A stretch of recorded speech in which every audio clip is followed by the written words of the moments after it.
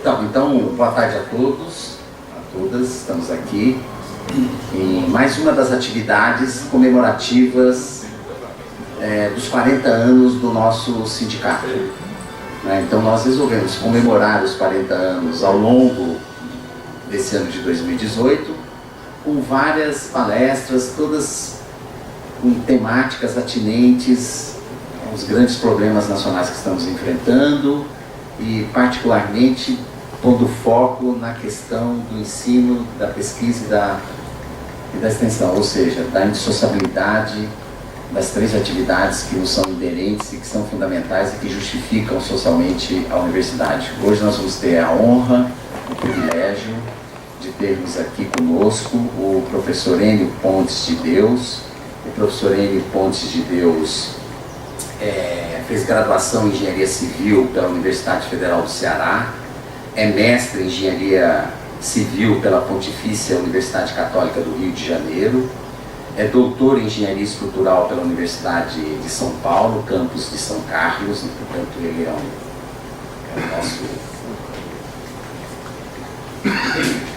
é um São Carlense, né, também, tal como nós, que muitos não nasceram aqui, mas vivem aqui ou estudaram aqui. De qualquer forma, a gente sempre adota São Carlos de um jeito ou de outro, né?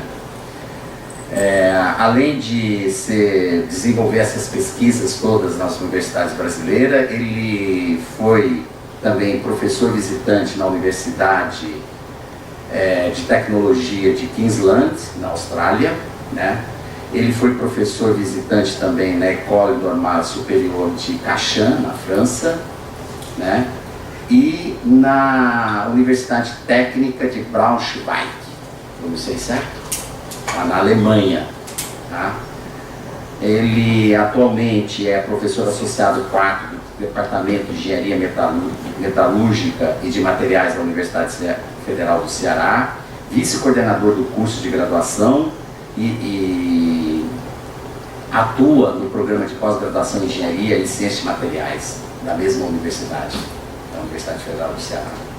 Tem experiência na área de engenharia de materiais, com ênfase em propriedades mecânicas dos materiais, atuando principalmente nos seguintes temas: análise de falhas, mecânica do dano, fratura, materiais poliméricos, materiais compósitos com fibras naturais. Coordenador do projeto da CAPES, que reúne projetos de pesquisa do Brasil e da França, né?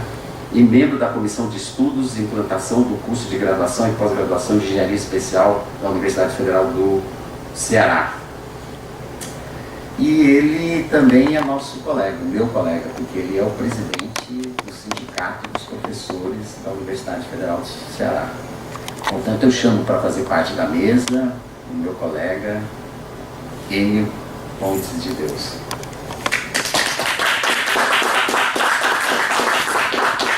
Também chamo para compor a mesa o meu colega de direção e professor do Instituto Federal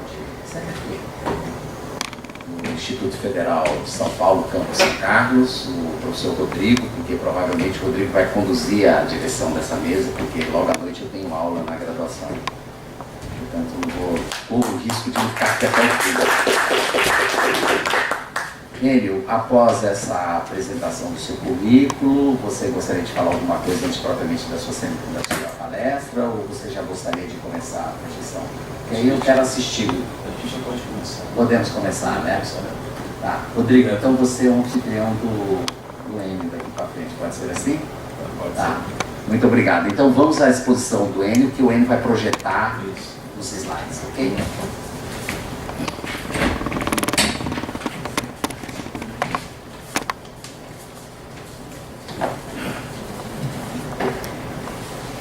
Bom, primeiro eu quero agradecer o convite, né? Um convite muito especial, como o professor Marílio falou, o colega presidente falou. Aqui é uma cidade do qual faz parte da minha educação, o berço da minha pós-graduação, onde contribuí bastante. Através aqui de São Carlos consegui, praticamente encontrei vários países no mundo, devido ao trabalho que eu fiz aqui na universidade, aqui na USP, né? E consegui apresentar os projetos e várias pesquisas que eu fiz na Coreia, na Alemanha, na França, e rodei meu mundo por conta dessas pesquisas que eu fiz, né, na área de engenharia estrutural. Quero agradecer a todos vocês aqui da UFSCar, né, convite muito importante para mim, vocês estão presentes. Agradecer também ao professor Gil Vicente, né, colega meu também lá do ProIFS, professor Rodrigo. E é muito interessante a gente hoje se encontrar aqui para falar de um tema onde vários estão meio que preocupados, o que é que está acontecendo, e alguns totalmente preocupados com o que vai acontecer, né? E já até me perguntaram por que o engenheiro, né, vem falar, por que está aqui hoje para falar sobre dívida pública, falar sobre um assunto que interessa tanto a economia. E eu digo para você que eu não sou especialista em nada de dívida pública, não sou nenhum estudioso da dívida, mas eu encontrei no meio da caminhada, lá no meu laboratório, onde eu sempre estive lá dentro daquelas paredes do laboratório, preocupado com as minhas pesquisas, preocupado com o desenvolvimento lá dos trabalhos, com as interações que eu poderia fazer com outras universidades, com outros países, as bolsas que teria que ganhar para os meus alunos, para os alunos continuarem suas pesquisas, formando doutores, formando mestres, do qual já tenho aí um legado bem interessante de quantidade de alunos depois que eu mesmo tive a minha formação. Então, a história é bem interessante porque quando eu entrei no sindicato, eu entrei com um objetivo único, né, de buscar ter entendimento que eu poderia contribuir na área de educação. Então, lá no Ceará, nós conseguimos andar bem na área de educação e, diante de todo o quadro que a gente vê, que a gente apresenta e tem se falado hoje, lógico que a preocupação maior que tem encontrado é o que é que tanto tem de ataque à nossa educação, a educação do nosso país, né?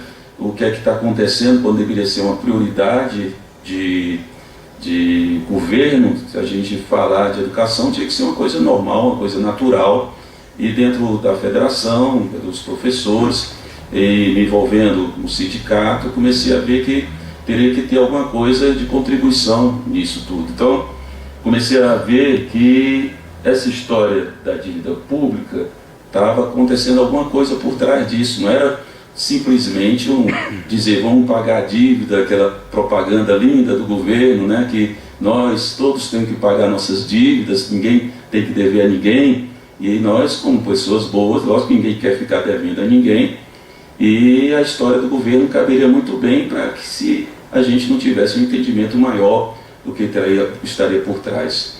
Então eu comecei a buscar ter um entendimento, o que é isso, a história dessa dívida pública, aliás, o que é que está acontecendo nisso, né? Parece assim, você está vendo corte em coisas principais no nosso país, saúde, educação, né, ciência, tecnologia, coisas que deveriam estar de encontro total com aquilo que a gente precisa, que é a questão social, a questão do desenvolvimento da sociedade, né? Há quem diga hoje que o importante mesmo é que a gente se proteja, está tudo muito perigoso, mas lógico que por onde você for, a questão da educação vai estar por trás, né? Formando bons cidadãos, muita coisa do que está acontecendo aí, é lógico que não vai acontecer mais. Então eu fiz um estudo meu particular, como é que é, e me envolvi com pessoas que estavam trabalhando nessa área, na área da dívida pública, e vi que esses juros são, na verdade, uma história doida para o nosso país, de que nós temos que economizar para pagar uma dívida, mas onde é que eu vou economizar? É mais ou menos assim, você tem a sua casa, você tem a escola do seu filho, da sua filha, você tem a alimentação em casa, e você vai ter que, nós não vamos mais pagar a escola, nós não vamos mais simplesmente comprar uma comida melhor, alguma coisa assim, porque nós temos que economizar. Então é isso que o governo está querendo colocar na cabeça, né, das pessoas. Então o título é o juro abusivo da dívida pública e seu impacto na educação, ciência e tecnologia. Só queria lembrar que, apesar do quadro, de tudo que a gente está vendo, de todos esses ataques, de todos os cortes na ciência e tecnologia, o Brasil é um país que tem andado muito bem na ciência e tecnologia. Nós temos aí cientistas que trabalham, engenheiros, né? Temos vários pesquisadores, físicos, químicos, nas mais diversas áreas, ambientalistas e tudo mais, que trabalham todo dia para que a gente tenha uma qualidade de vida bem melhor. E aí, lógico, quando você olha para a área para a saúde, quando você olha para o meio ambiente, para a alimentação, você olha para a energia, você vê que o Brasil tem coisas que surpreendem até lá fora. Quando você fala da área de energia, o Brasil ele tem uma capacidade enorme, ele pode ser até, vamos dizer que ele caminha para uma autonomia quando você fala, por exemplo, da bioenergia, quando você fala que você pode usar aqui o etanol, né, uma coisa que nos Estados Unidos, por exemplo, ele não tem essa tecnologia que nós temos hoje, que foi desenvolvida há muito tempo atrás, quando alguns colegas nossos se reuniram e colocaram, olha, nós vamos colocar o álcool em ação, né, vamos colocar o álcool como combustível, e hoje, queira ou não queira, 25%, quando você vai no posto de gasolina, 25% da gasolina que você coloca é etanol. Então, o Brasil ele tem um destaque grande. Se acabasse a gasolina em todo o planeta, vamos dizer que se acabasse tudo, a gente ainda teria energia que teria o álcool que a gente poderia dizer que é o suficiente nisso. Você vai ver a questão da saúde, desenvolvimento, tratamento de câncer, né? Hoje você consegue ver, tem pesquisas que você olha que na área da saúde, você consegue detectar o câncer hoje em um teste feito a nível sanguíneo, né? Isso é um desenvolvimento muito grande, sem falar da alimentação, né? Essa região, por exemplo, aqui é uma região muito rica com relação à plantação, toda a tecnologia que é desenvolvida e tudo mais. Então a gente vê nas mais diversas áreas que o Brasil ele desenvolveu bastante. Quando você olha também para a área da aviação, né? Você vê a Embraer, o que é que foi feito e tudo mais. Então não é você falar de tecnologia, ciência, tecnologia no Brasil, aparentemente você pensa assim, porque está tudo ruim, está tudo acabado. Não é que está tudo ruim, o negócio é que se continuar do jeito que está, nós vamos mesmo para a beira, né, de um abismo, do poço. Então veja que, só passar aqui, o Sócrates ele já dizia assim, a vida sem ciência é uma espécie de morte, né? Então isso já foi dito muitos anos atrás, da importância de se viver com a ciência no nosso dia a dia. E tem mais aqui, né, do Miguel Nicoleles, né? Sem ciência não há soberania possível. Então um país não pode viver sem ciência, sem tecnologia. Isso é uma questão de soberania, né? Onde você vai mostrar a interação do seu país, como que ele funciona, como que a questão de você colocar o país em ponta, a diversidade e tudo mais.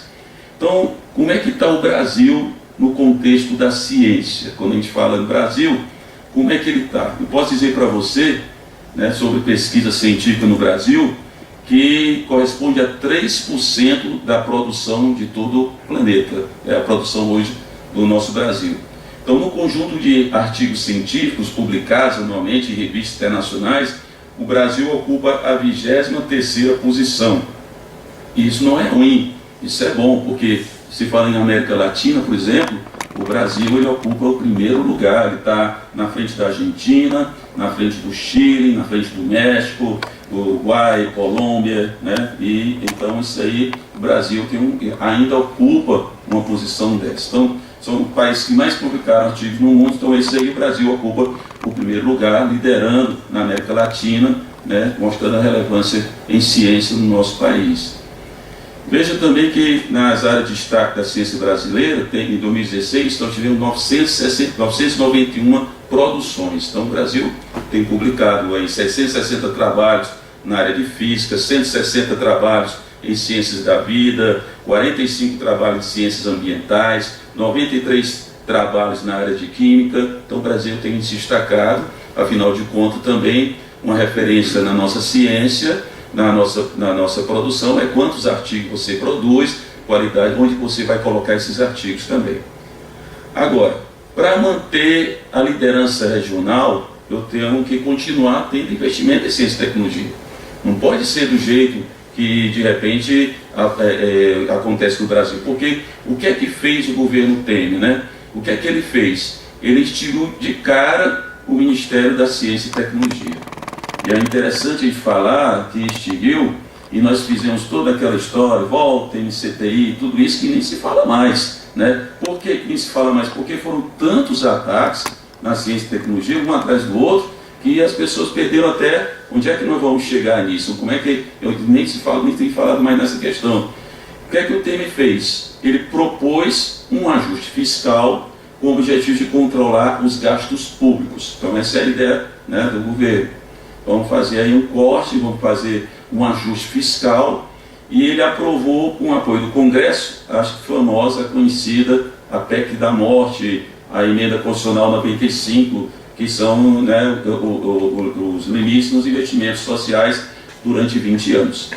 Então ele aprovou também a reforma trabalhista, que praticamente acaba com a CLT, e reduziu drasticamente o orçamento para as áreas de educação, para a área de ciência e tecnologia. Então veja só, se você olhar nesse gráfico, você vai ver aí como que tem acontecido o investimento nos últimos anos. Você vai ver aí, por exemplo, 2010, praticamente o que está em vermelho era o que era proposto no plano do governo, o que está nesse meio verde aí é o que foi realizado. Então, 2010 mais ou menos se fez o que se propôs, 2011, né, 2012, quando você começa a ver uma queda drástica aí a partir de 2014, e olha só como é que está, como que ficou em 2017, né? Se fez uma proposta aí mais ou menos 5 mil bilhões, e só restou aí 2,8 bilhões para se fazer, né? Então, investimento em pesquisa no mundo, você vai ver que o Brasil ele está mais ou menos aí na ordem de 2,04%, é quanto ele está. Mas países como o Japão, que está mais em cima, não sei se dá para ver, mas Japão, Estados Unidos, que é esse que está mais, a faixa mais grossa, então o investimento deles é bem alto, mas o Brasil está lá embaixo, né? É lá bem baixinho, que é da 2,04%. E o que foi destinado à pesquisa científica nesse governo, né?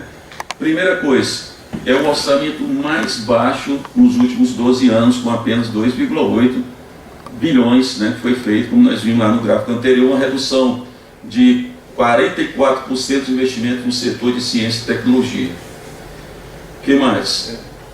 Esses cortes eles atingiram drasticamente as universidades federais, né? Você sabe que a Universidade Federal ela é um transmissor de conhecimento. Os cérebros de pesquisa praticamente se concentram nas universidades federais. Você vê que existem as universidades privadas, né?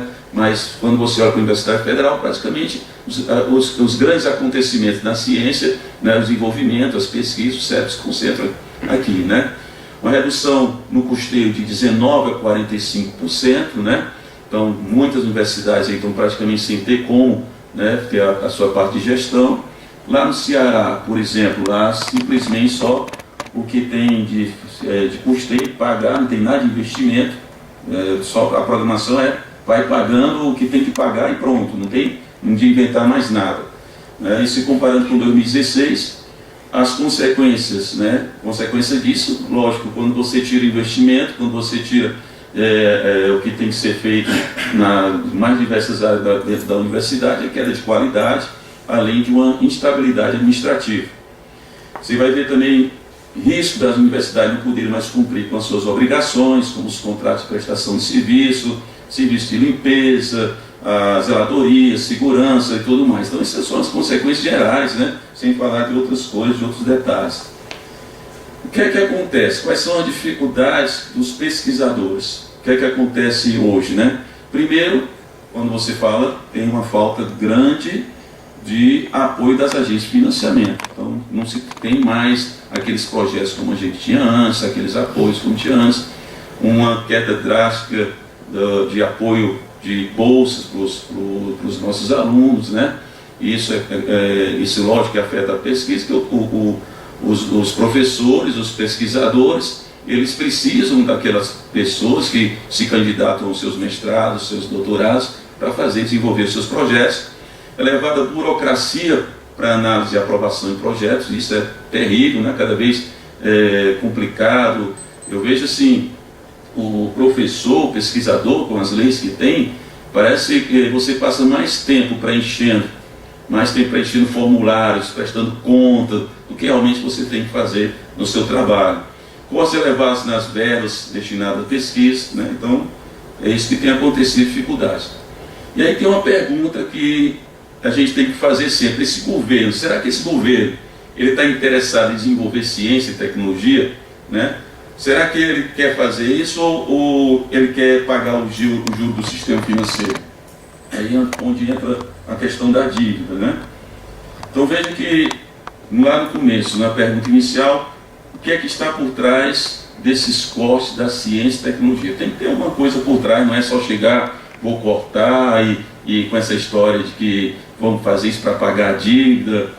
O governo federal ele diz o seguinte, que esse ajuste fiscal que ele quer fazer, que está fazendo, ele é necessário para poder ter um equilíbrio na economia e controlar os gastos públicos. Então essa é a história do governo. O que é que ele usa, né, com essa história? Qual é o mecanismo que ele usa? Então ele usa essa emenda constitucional 95, que limita os gastos com saúde, com educação, com segurança pública por 20 anos.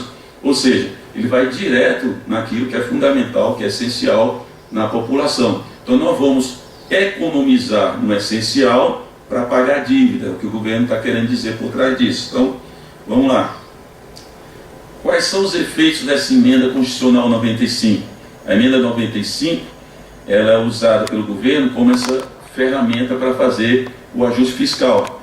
E o que é que ela faz? Ela coloca um teto para as despesas primárias, né, que são todos aqueles gastos com manutenção do Estado, com serviços públicos prestados à população. Então, ela deixou de fora do texto dessa emenda constitucional 95, ela deixou de fora as despesas que não são primárias, que são exatamente as despesas com a dívida pública, as despesas financeiras. Então essa parte ficou livre para o governo agir. O controle está em cima das despesas primárias.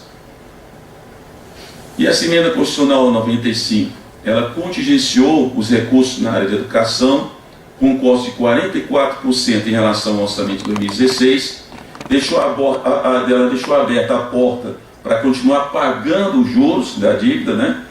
E ele deixou fora o texto das despesas não primárias, que são as despesas da dívida pública e despesas financeiras. Qual é o objetivo de se fazer todo esse ajuste que o governo está falando, esse ajuste fiscal? É conseguir fazer um superávit primário. Então ele quer fazer uma economia, quer juntar um dinheiro das contas públicas para pagar o serviço da dívida pública, né? E esse superávit primário, o que é que ele é? Ele nada mais é do que o dinheiro que o governo quer economizar, é aquilo que ele pretende economizar. Então, aquilo que ele gasta em despesas que não são financeiras, menos do que ele arrecada, e esse aí é o saldo usado que ele vai pagar o juro da dívida pública. Por que o governo resolveu fazer esses cortes tão drásticos, tão radicais? Né? O corte da ciência e tecnologia é parte de um corte de 42 bilhões de reais no orçamento federal. Isso dá 28% em cima de todos os departamentos governamentais e por isso que se torna grave o corte na ciência e tecnologia. Esse desmonte provocado na ciência e tecnologia, ele faz com que muita gente acabe mudando de ideia, de deixar essa história de pesquisar. Tem muita gente que já, né, tem pessoal saindo do país, jovens cientistas já deixando o país, indo para outros lugares, como Portugal. Afastamento da ciência internacional. Por quê? Porque se você não tem investimento, você não consegue mais ter aquelas relações, né, se você interagir e lá fora, você sabe que o mundo está correndo, as pesquisas estão sendo desenvolvidas e isso dá um atraso muito grande para o nosso país, né? Paralisação das pesquisas dos projetos em andamento, perda na manutenção da infraestrutura instalada, complicadíssimo, porque você precisa ter investimento nos laboratórios, né? Você vê até um dia desse aí, como estava toda a crise lá do laboratório do CIRS, né? Toda aquela questão de não podia parar, todo investimento feito lá, laboratório importantíssimo na área de materiais, né? E outras pesquisas fundamentais no país, perda da capacidade de apresentar soluções para a sociedade, porque a pesquisa, a ciência, ela sai de dentro da universidade, ela passa a ser o transmissor de conhecimento para a sociedade, e a sociedade fica sem esse canal, né, para receber, por exemplo, aí, pesquisa com vacina contra a dengue, outras doenças associadas ao mosquito da Aedes aegypti e tudo mais, né? Então, por quanto tempo a gente vai sentir o impacto dos cortes das verbas em ciência e tecnologia?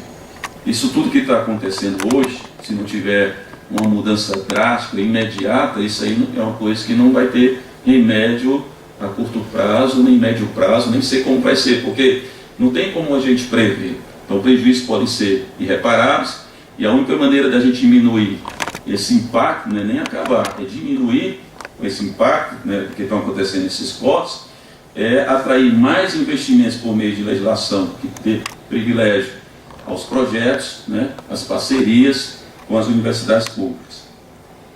Quais são as saídas que nós temos para a retomada do investimento em ciência e tecnologia? Nós temos que fazer uma mudança radical na política atual, e por isso que é muito importante a gente ver, tá aí nos próximos dias, nós vamos entrar no processo já de ter um novo presidente do nosso país. É importantíssimo que a gente tenha uma política que dê privilégio à ciência e tecnologia. Por isso que é importante que esteja no programa dos diversos, né, que estão aí, das diversas propostas para o novo governo. Retomada de investimento nos programas de financiamento, pesquisa por meio de agência de fomento, e reduzir toda essa burocracia e legislação, né? Isso é importantíssimo a gente trabalhar nisso. No mais, eu agradeço a todos vocês e agora gostaria de se colocar aqui para debater e conversar um pouco sobre esses cortes que estão acontecendo na ciência e tecnologia, essa história da dívida.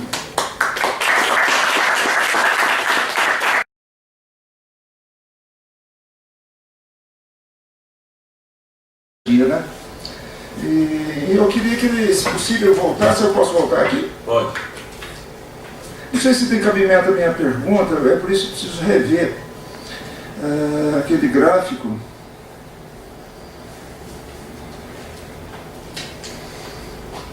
Cadê? Uns primeiros. Não. Nós estamos em 2017. Essa cor azulzinha aqui clara mostra que o investimento caiu bastante, né? 2 e qualquer coisa, entre 2 e 3 bilhões, mas que em 2016 está muito próximo de 2011. Então o que o Temer fez também foi feito anteriormente por outro governo. Eu não estou defendendo o Temer, mas o que foi feito por um foi feito por outro.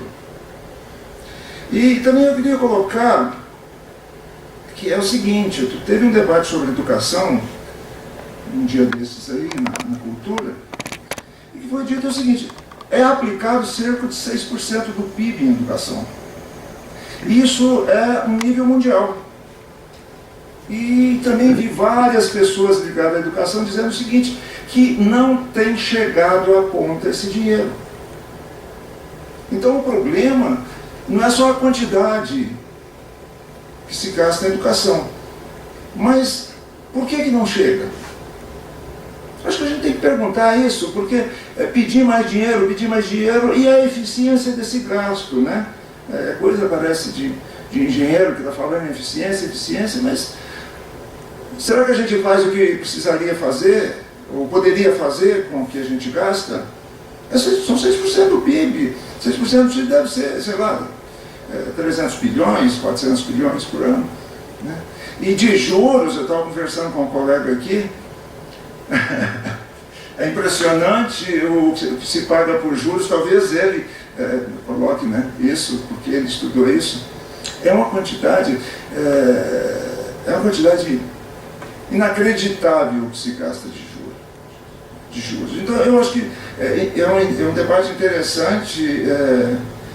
Não vejo só o Temer é consequência de uma crise, né? E o que ele gastou em 2016 não é diferente de 2011. Então isso ultrapassa governos. E a gente tem que fazer uma análise independente de governo, okay? Um ou outro, a gente tem que saber por que é gasto. Então eram essas observações, nem muito pergunta, mas eu acho que se abriu uma porta aí, que eu espero que haja mais debates e mais gente vindo aqui. Eu gostei da apresentação. Obrigado.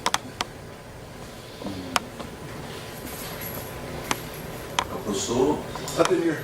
Ademir.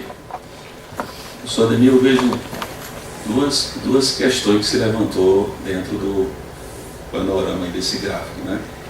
Primeiro, quando se aponta que o governo Temer ele passou a ser mais ou menos antes do que é, você vê que existe uma política de expansão nesse governo.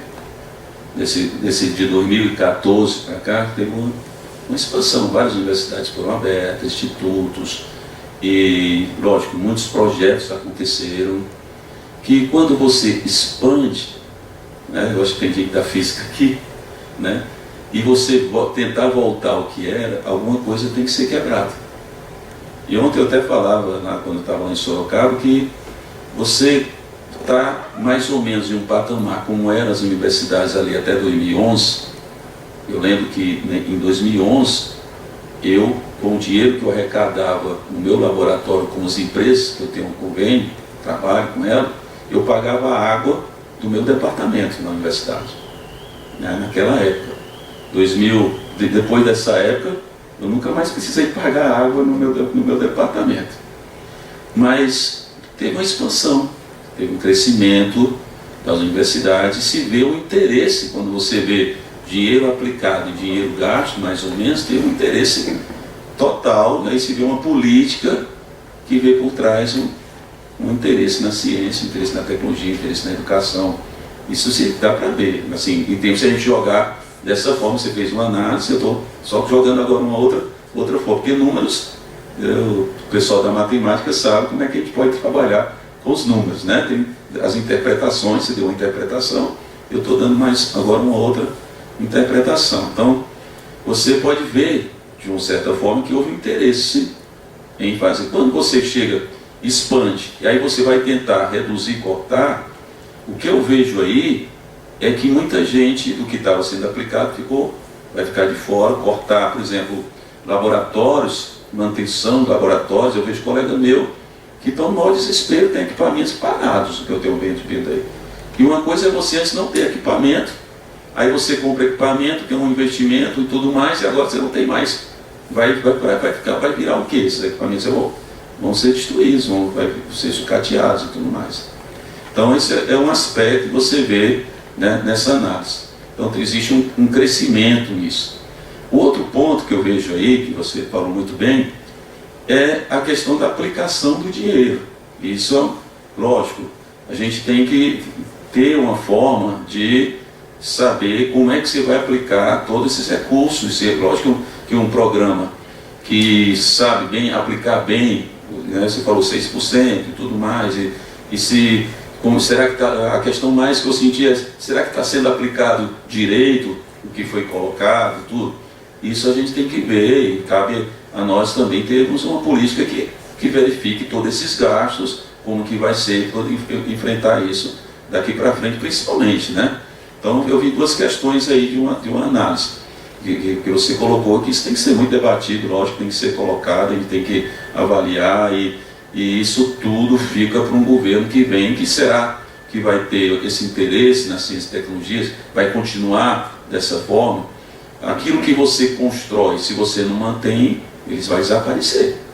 Então, se teve muitos investimentos em universidades, lá no Ceará hoje nós temos Universidade Federal do Cariri, que abrange Juazeiro do Norte, Barbalha, Crato, uma região que não existia nada, gerou uma economia enorme. Você precisa ir em Juazeiro do Norte hoje, teve uma mudança radical, tremenda naquela região, por conta de uma universidade que se colocou ali. Antes da universidade não existia. Hoje existem investimentos, a cidade cresceu, a cidade desenvolveu por conta da universidade que colocou no Cariri, né? Eu acho que tem outras universidades que você tenta colocar, como a Unilab, que foi para a Redenção, que ainda não conseguiu se adequar, vários problemas sociais e tudo mais, mas a universidade cresceu.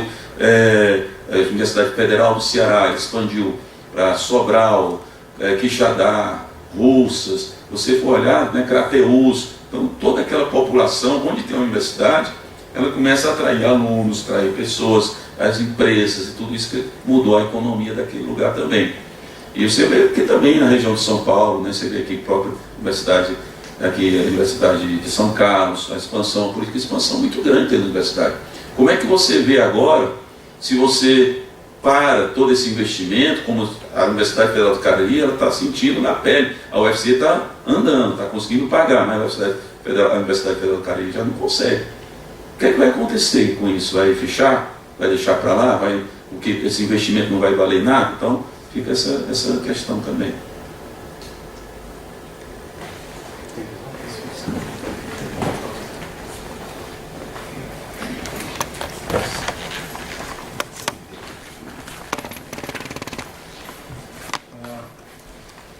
Professor Enio, meu nome é Crispim, eu sou professor no Departamento de Medicina. 2 dados me chamaram a atenção na sua apresentação. O primeiro, que nós somos o 23º país no mundo. Considera... Oi?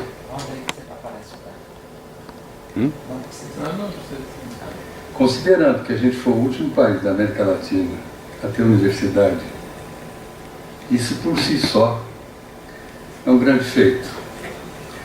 Eu discordo um pouco do professor que me antecedeu. O Ademir, ele teve que sair. O Ademir, porque ele diz assim, olha, a mesma coisa aconteceu com o Temer, aconteceu com o governo. Eu discordo. Com todas as crises que esse país teve, nunca eu vi congelar a educação e a saúde por 20 anos, com uma medida constitucional 95 como essa. Assim, minha ideia, ou a minha concepção, ou a gente revoga essa medida, ou não vai existir. Talvez isso corrobore o fato, ontem um pai foi vim ver o Oscar, que a filha quer vir estudar aqui, e fez alusão a um certo candidato. Eu disse, se esse candidato ganhar, sua filha não estuda aqui, porque nós não vamos existir. Então eu fico pensando, professor, a única saída é efetivamente a revogação dessas medidas. Estou considerando que se algum candidato ali ganhar, a gente não tem essa revogação. Mas eu queria que o senhor considerasse essas perspectivas. E fico pensando um pouco quando o senhor fala no Crato, no Cariri, né, que eram regiões que tiveram uma pujança imensa com a criação das universidades. Né? Juazeiro do Norte, que é a terra do Padrinho Cícero. Obrigado, professor Hélio, né? Crispim. Olha, eu com certeza, eu sou da área de medicina, lá em Fortaleza, lá no Ceará, na DUFS, nós temos 2 professoras médicas. Lá. Tem a professora Helena Serra Azul, não sei se você conhece, é uma professora que lutou muito aí na época da ditadura e tudo mais. Conheço o Dorico Monteiro de Andrade. Professor Dorico, né? Muito bem. E quando o senhor falou da medicina, eu lembro muito do discurso, eu estou falando da professora Helena, porque a professora Helena leva muito o discurso do SUS, né? E essa emenda, ela vem de cabeça também em cima da área médica, né? Não só falando da pesquisa, mas falando de todos os investimentos e de tudo que teve da política no país. Lógico que o que a gente está falando hoje, o que a gente espera, é uma revogação imediata dessa emenda constitucional 95. Sem que aconteça isso, realmente o país vai ter um retrocesso muito grande e é uma questão, como nós falamos no começo, a questão de soberania. Né? É o principal, o próximo governo tem que ter essa meta, ou a gente não vai ter muita esperança nessa área de ciência e tecnologia. Muita gente já está saindo do país, prefere estudar lá fora, tem pessoal que tem condição, já está mandando seus filhos fazer graduação fora. Né? Tem gente que ir para fora fazer a graduação, só que tem condição. Imagine você falando na área de pesquisa, como é que vai ficar. Mais alguém? Pode fazer aqui mesmo, pode fazer mesmo. Pode fazer? Claro, claro. Eu só queria entender um aspecto, olhando esse gráfico mesmo, porque você está trazendo como contraponto os juros da dívida pública. Se a gente olhar o impacto que a negociação de reajuste para o judiciário vai ter na economia, para a União, são 4 bilhões estimados para o ano que vem, se esse aumento passar. E é o único poder que não respeita o teto. Então eu acho que a gente não precisa nem mexer e olhar para a questão que entra aí em uma outra dimensão, pensar em nos juros da dívida, enfim, é todo um impacto macroeconômico mais amplo. Se a gente não quiser discutir aí, você tem questões de onde não está sendo tornado. O judiciário é um escândalo, 4 bilhões. E a gente tem ali 2 bilhões de investimento em ciência e tecnologia. Então eu acho que a gente não precisa pegar nesse aspecto mais amplo. Você está falando realmente a política do Brasil, como dizer assim, está tudo de cabeça para baixo, o nosso governo está todo... aí entram várias outras coisas, né? Questão moral, tanta coisa por trás, mas a desculpa do governo de falar pagar a dívida, na verdade, essa dívida nunca pode parar de existir para o governo, porque por trás disso existe uma série de negociações que são feitas por conta desse juro que tem que ser alimentado, né? Aí entra o estudo de dívidas, o pessoal que trabalha mais nessa área, na área de dívida pública, né? Essa dívida, na verdade, ela precisa ser alimentada, ela tem que estar todo o tempo existindo para que se possa acontecer uma série de transações comerciais, uma série de coisas por trás disso aí. Eu digo para você que a emenda ela vem em cima de quem não deveria ser, a mesma história do imposto, né? De quem que se cobra os impostos, de onde é que estão sendo cobrados os impostos, né? Com certeza a gente poderia ver por que não pode ter aí um equilíbrio nesses impostos, taxar, né, as questões de pessoas aí que até nem pagam imposto e tanta coisa mais.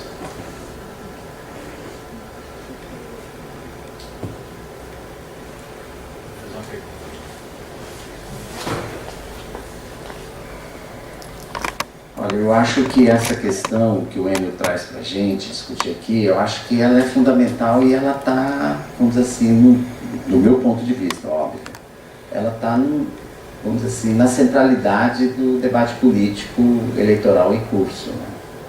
Porque a gente defendia uma tese, e eu sou convicto dela, de que o golpe de 16, que levou ao poder esse governo que está aí, junto com o governo, eles apresentaram um plano, né? Eles apresentaram um programa, que é a Ponte para o Futuro, né?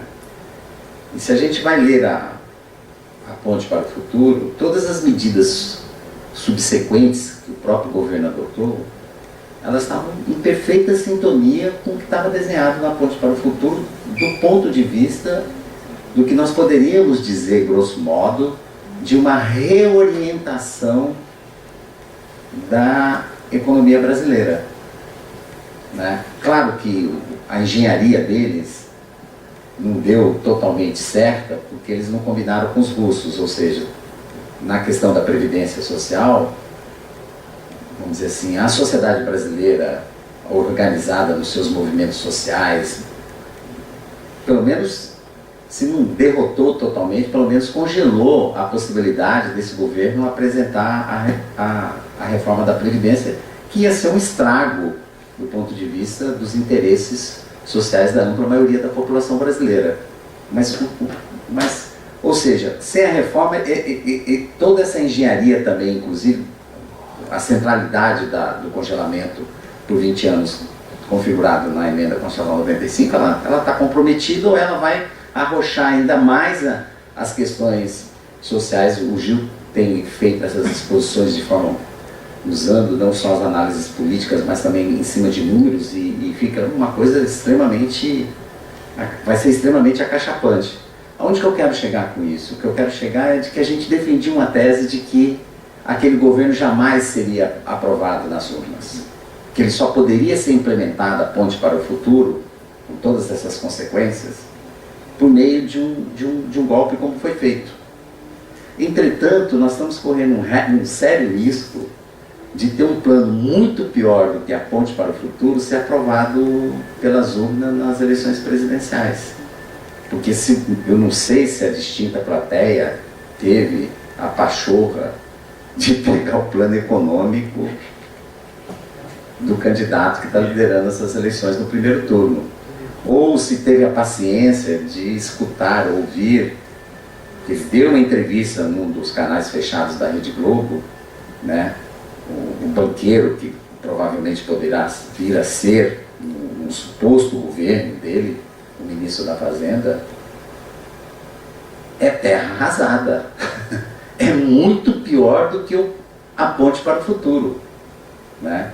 Então eu acho que o que está em jogo nesse processo eleitoral é se aprofunda ainda mais essa política de reorientação da economia nacional e privilegia apenas aqueles setores que estão vinculados ao mercado internacional de exportação de commodities e desorganiza o movimento operário no Brasil, sindical, por meio dessa reforma trabalhista e também através vamos dizer assim, de um brutal arroxo salarial, porque o vice-presidente dele está falando duas coisas assim impressionantes: acabar com o 13º e com as férias remuneradas, por exemplo, né?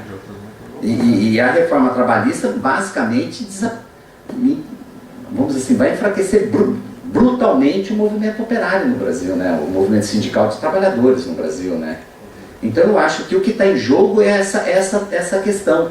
Ou aprofunda isso, ou a gente retoma um eixo em que a centralidade da economia brasileira esteja pautada pela soberania nacional.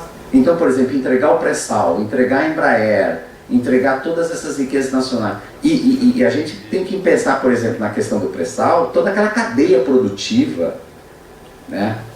E com alta densidade de aplicação de ciência e tecnologia, e o quanto que aquilo impulsionou as pesquisas dentro das universidades. Por exemplo, a UFSCar, aqui onde nós estamos hoje, ela tem um convênio com a Petrobras que é incrível, né? Pensa, por exemplo, os convênios que a Petrobras fez com as universidades do Rio de Janeiro, com a COP, na UFRJ, que fez até mesmo onde você fez o seu mestrado, com a PUC, com a Pontifícia Universidade Católica do Rio, né? Então eu estou muito chocado de ver que uma das teses que eu defendia pode ser derrotada politicamente com a aprovação desse programa, que é muito pior do que a Ponte para o Futuro. Se alguém ainda não leu o programa, será que a gente pode chamar aquilo de um programa econômico, que é um arremedo, um amontoado de coisas? Moçada, a coisa vai ser muito pior do que nós estamos imaginando. Porque eu imagino que o Enio está fazendo, quando fala assenta em cima do governo, ele tem como referência a Ponte para o Futuro. A Ponte para o Futuro pode não valer mais a 1º de janeiro e ter um outro programa que é pior do que ela. Essa que é a questão que o Enio me suscita com a exposição dele.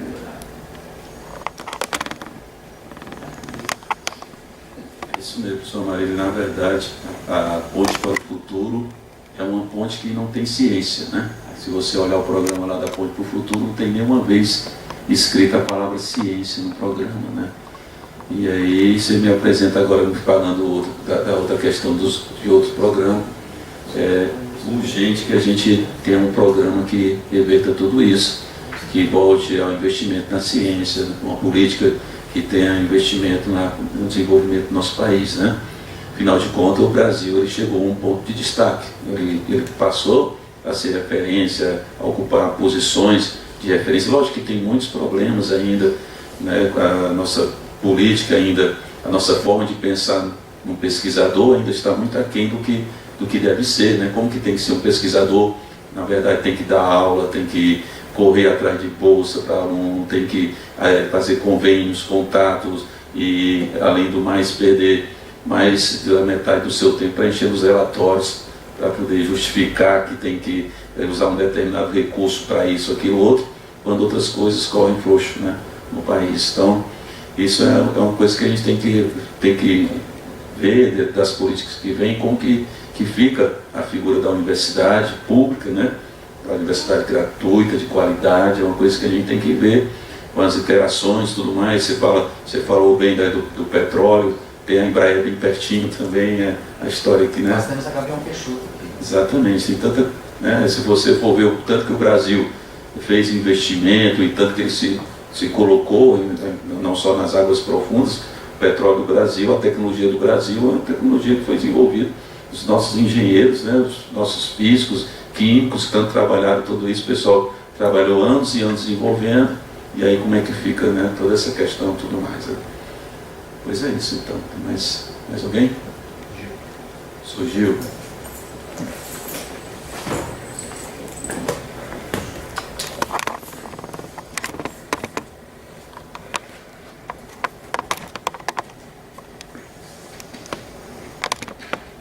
O pessoal tem algumas questões que foram levantadas aqui, pena que o Ademir já saiu, mas é só passar por essa, né? Quando ele falou que afinal a gente tem 6% de investimento, 6% do PIB ao ano, investimento em educação, que se equiparado ao que se tem em outros países, isso é um pedaço da verdade, porque se você não olha o perfil etário do Brasil, primeiro trajetória histórica, mas como nessa. Se você olha o perfil etário do Brasil comparado com os países com os quais esse percentual foi comparado, que é Estados Unidos, Europa, Japão, etc. e tal, essa comparação ela carece de mais fundamento. Para quem tem uma ideia, no Brasil, no ano de 2000, a gente tinha 14,1 milhões de crianças entre 0 e 3 anos. A projeção do IBGE para 2050 é 6,9. Então vai cair de 14 para 7, para metade. E esse 7 é o que já é lá. Então se você compara 6, o Brasil será daqui a 50 anos, com o que é hoje lá, você vê que você tem muito mais crianças entre 0 e 13 e até os 24 anos. Você tem muito mais crianças para cuidar aqui do que eles têm lá proporcionalmente. Então essa comparação, ela precisa levar em conta isso. Se você fizer as adequações convenientes, o número vai para 9, 10%, que é, curiosamente, aquele número que a gente consegue calcular com muita precisão, que é necessário que a gente gaste aqui. Para quê? Para que você tenha um percentual do PIB per capita para o aluno no ensino básico semelhante àquele, a quantidade da riqueza que se gasta para o aluno semelhante àquele que se gasta nas economias centrais. Então, eu queria ponderar isso. Segundo, a professora levantou uma questão importante, que é assim, né, que, claro, é um abuso, essa questão do judiciário. Alguém, os nossos pobres colegas que só ganham 33 ou 34 mil, precisam passar para cerca de 40, porque como é que vai pagar qualquer viagem todo dia, né? A gente precisa, não se vive assim, né? Só de pão e mortadela, né? Então eles precisam dessa pequena melhoria no salário, né? E isso é um abuso quando a gente compara com os salários dos demais servidores. Os nossos até são razoáveis, né? Mas olha o restante dos servidores e da população como um todo. Salário mínimo, as pessoas ganham R$1.000, não ganham 34 mil. Né? Então isso é um abuso. A economia que é possível fazer nisso é 4 bilhões. Agora, tem um problema. Isso certamente seria suficiente para resolver, quem sabe, esse problema da educação. Agora, é que o problema é mais profundo do que esse. Se você olhar para ciência e tecnologia, que é o que a gente está olhando aqui, e talvez incluir os anos de 2018 e 2019, o orçamento do CNPq para 2015 ou 2014, não tenho segurança em relação a isso, era 3 bilhões. Depois ele caiu para 1,5, depois ele caiu para 1,2, depois ele caiu para 1, e para o ano que vem tem 800 milhões. Só que as bolsas, só as bolsas consomem 900. Então a situação do CNPq hoje é que, além de não ter sequer dinheiro para pagar as bolsas, o investimento em pesquisa tem que ser zero. Aliás, tem que ser menos 100 bilhões. Isso é um descalabro. Só aí você tem 2 bilhões. E se você olhar para essas perdas aí, tem uns 3 ou 4, como um todo, no que era o Ministério de Ciência e Tecnologia. Mas isso é uma parte do problema. Porque o restante do problema é o seguinte: se vamos olhar só para os investimentos nas universidades e nos institutos. Nas universidades, você caiu de 13 bi em 2015 para 6 bi em 2018. São 7 bi a menos. Junto com os outros dois já dá 9. Se você olhar para os institutos e investimentos, você caiu de 8 para 3. 9, 5, 14, 2, 16. Então só aí já tem um furo de 16 bilhões. Se por outro lado você olhar para o orçamento da educação como um todo, eu tenho feito exposições aí, a gente consegue mostrar que em 10 anos a educação vai perder 1% do PIB com essa política. 1% do PIB ao ano. Só que a educação, ela recebe por ano 6%, que dá 350 bi. Então, 1% do PIB, o PIB está quase 7 trilhões. Nós estamos falando num buraco de 70 bilhões. Não há salário de juiz que resolva o problema dos 70 bilhões. Isso está... Por isso que a a palestra do Weiner, e tudo que ele expôs aqui, parabenizo, é muito importante, porque se você não falar na dívida pública, a dívida pública hoje está 5 trilhões. Se você calcula, hoje a gente paga um juro, que é um dos maiores juros do planeta, que volta de 5% ao ano. 5% do PIB ao ano, é 5, 6, sobre um valor desse. Então, a gente está pagando acima de 300 bilhões. Então, se você não enfrentar essa gincana, essa ciranda, que paga para quem tem dinheiro valores absolutamente abusivos, 3 vezes o orçamento do Ministério da Educação, 3 vezes o orçamento do Ministério da Educação vai no pagamento de juros abusivos. Qualquer lugar do mundo, no Japão, como você sabe, perde 0, nos Estados Unidos é 1,5, 2. Então, esses juros não existem no mundo. Se você não enfrenta essa questão, e isso implica enfrentar um segmento que é exatamente o segmento que se beneficiou do golpe, que é quem? Que é o pessoal que pilha riquezas do Brasil faz 500 anos, que é o pessoal que especula com a Bolsa, que é o pessoal que quer fazer o país, como diz a Ponte para o Futuro, um país exportador de commodities. E para isso não precisa ciência nem tecnologia, basta ficar exportando, basta fazer uns 2 ou 3 potes e mandar tudo que a gente tem posterior a preço de banana, sem agregar valor. Então, se você não enfrenta essa questão do enorme lucro que o sistema, abusivo lucro que o sistema financeiro tem, você não resolve ciência e tecnologia, você não resolve ensino superior, você não resolve nenhum problema da pós-graduação até o ensino básico. Eu só queria ponderar isso e parabenizar mais uma vez o N pela solução.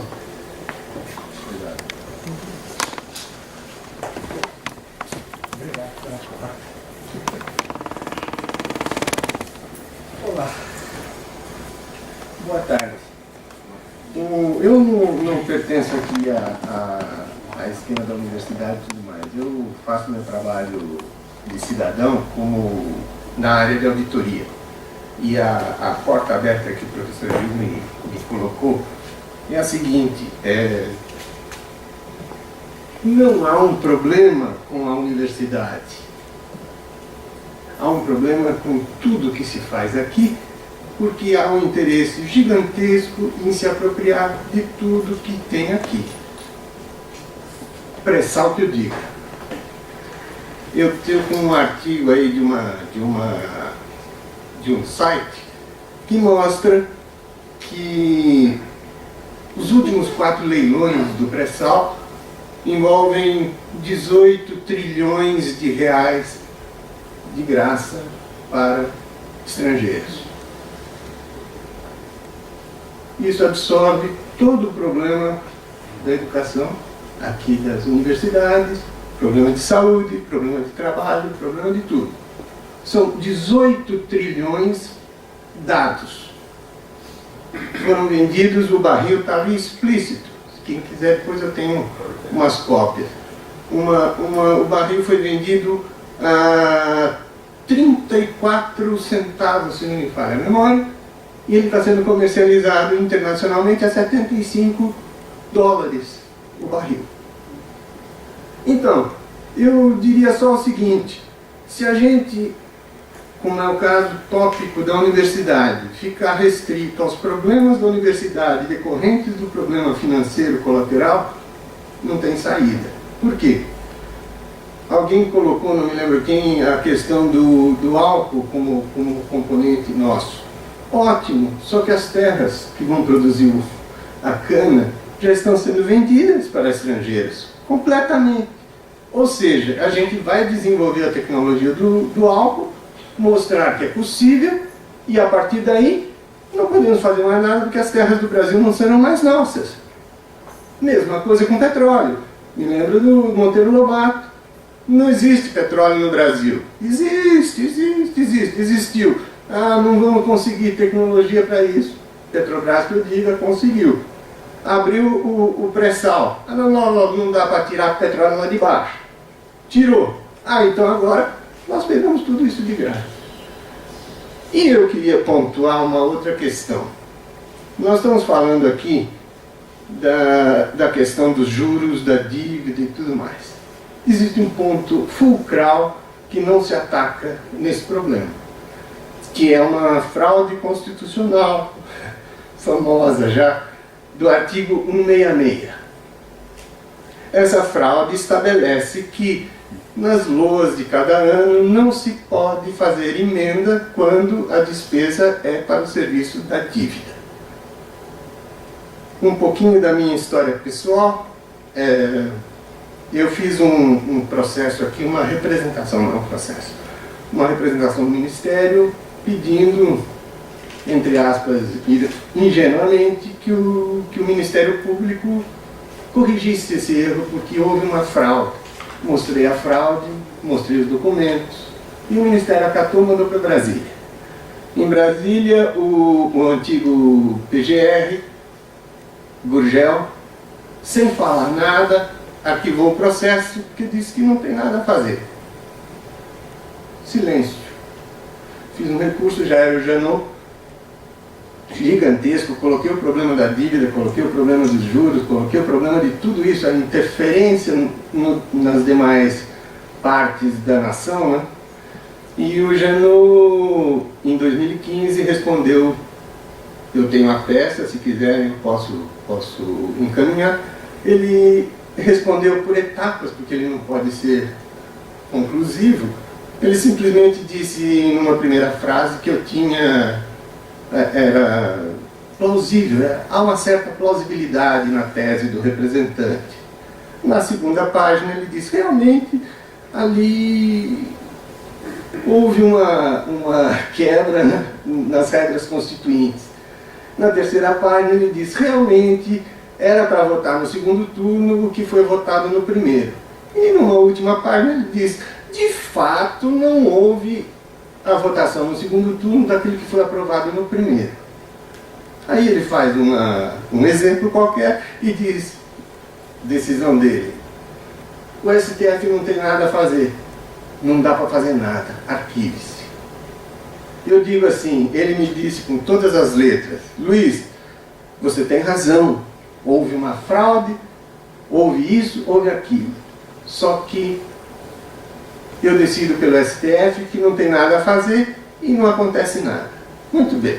Esse é o detalhe do 166. Não se pode mexer em emenda quando ela se refere a despesas com juros e amortizações, serviço da dívida.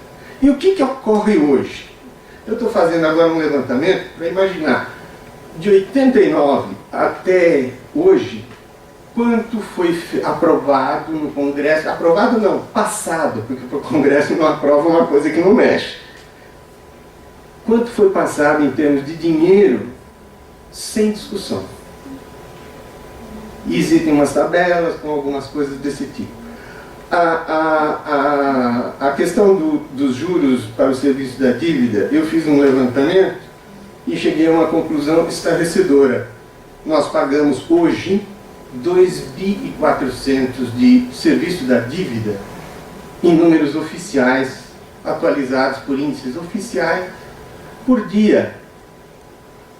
2 bilhões e 400 milhões por dia para o sistema financeiro. Isso. Em paralelo, a Auditoria Cidadã fez aquela CPI em 2010. Eu participei colateralmente lá, meio simplificadamente, mas lá houve dois pontos a se questionar. Primeiro, a CPI pediu ao Banco Central quem são os credores da dívida. A resposta é oficial: sigilo bancário, não podemos dizer. Então, eu, olhando de fora, porque eu não participo aqui do problema tópico, nem do médico, nem do engenheiro, nem da universidade, se cada um de nós, se cada atividade econômica se restringir a discutir os problemas que o que vem de fora está provocando neles, vai acontecer o que está acontecendo. Seremos todos massacrados, e quando você se dispuser a enxergar, poxa, então vamos fazer diferente, não vai ter mais o diferente. A questão, isso o professor Benayon, vocês devem ter, acho que já ouviram falar, ele que começou a fazer, ele fez um trabalho chamado Anatomia de uma Fraude à Constituição, que me inspirou na tentativa de solução. E ele me falava também que é outro problema sério que vocês têm aqui na universidade, muita tecnologia, muito conhecimento para desenvolver em cima do nióbio. O que se fala do nióbio e quanto custa esse nióbio que só o Brasil tem e que deveria trabalhar para nós, brasileiros, e no entanto não se fala, não se atua e não se faz. Não há como evitar o problema que a universidade tem. Por quê? Porque o problema principal é a sucção de dinheiro que está havendo colateral, e isso, já que não é da atividade de nenhuma dessas pontas, elas só recebem o que estava estruturado, esse dinheiro some. 2.400, isso fez parte de houve um constituinte, que por sinal foi o que colocou nela a obrigação da auditoria, que até hoje não foi feita, e que, diga-se de passagem, para nós que somos da área de engenharia aqui, o que vocês acham que acontece se a gente for questionar o número dessas dívidas todas? Isso só se faz com auditoria. Quando a gente fizer a auditoria, isso vai aparecer. Por que será que não fizeram até hoje, 32 anos depois, de uma cláusula que está inscrita na Constituição? Em 1 ano deve ser feita. Não fizeram. E aí eu arremato, só para mostrar que o conjunto tem que ser analisado de forma ampla. A situação aqui, que é o seguinte: quem tem o interesse na não educação brasileira?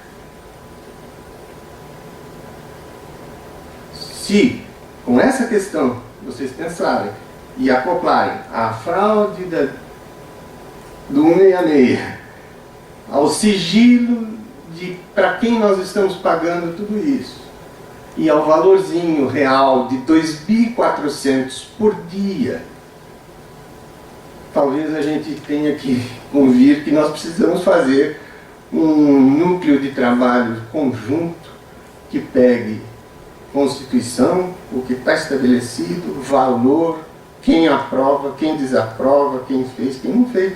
Porque se a gente ficar pontuando cada qual na sua célula de vida, o organismo está se deteriorando visivelmente. Não é um plano de governo que faz isso, é o conhecimento do contexto geral.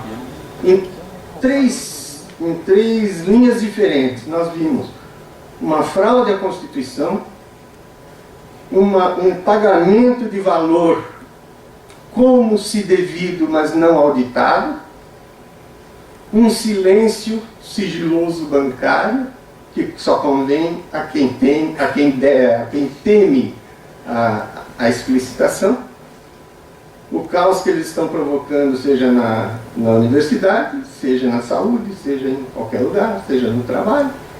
E eu me pergunto, onde está sendo trabalhado para reagir ao conjunto de coisas? Não está. E aí a gente vai ficar olhando as coisas acontecerem. Reportando aí, alguém disse que tem gente saindo do Brasil. Eu tenho 70 anos. É a primeira vez que eu ouvi gente falar, estou saindo. 70. Obrigado. Obrigado, professor. Deu para juntar bem com o que o professor Gil falou, né, sobre o serviço da dívida. O Brasil é um país riquíssimo. O Brasil, você vê a água subterrânea no Brasil, dos maiores aquíferos do mundo, né?